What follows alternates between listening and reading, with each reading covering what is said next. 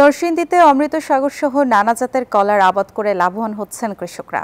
এই বিষয়ে আরো জানাতে নরসিংদী থেকে আমাদের সঙ্গে যুক্ত হচ্ছেন সহকর্মী হৃদয় খান। হৃদয়, নরসিংদীর কলার সুনাম রয়েছে বিভিন্ন জেলায়, এটা আমরা জানি, কিন্তু আপনার কাছে আমার প্রশ্ন হচ্ছে চলতি মৌসুমে ফলন কেমন হয়েছে?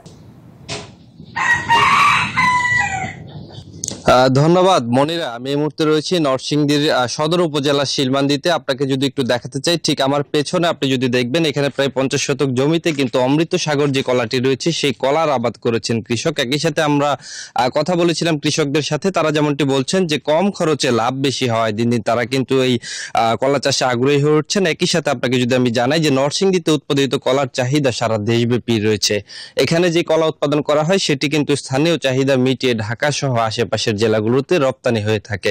আমরা যদি একজন কৃষকের সাথে কথা বলি, একটু যদি বলেন যে কেমন ফলন হয়েছে আপনাদের এই বছর?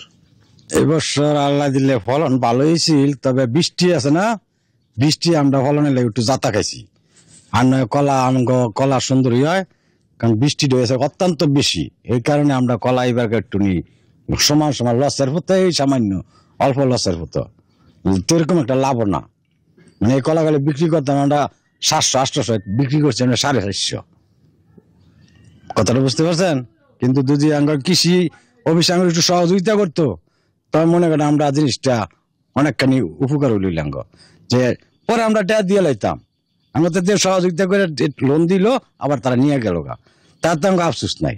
কিন্তু আমরা কৃষক মনে করেন এই জমিনের উপরে ভরসা, আমরা এটা নিয়ে খাওয়া দাওয়া করি।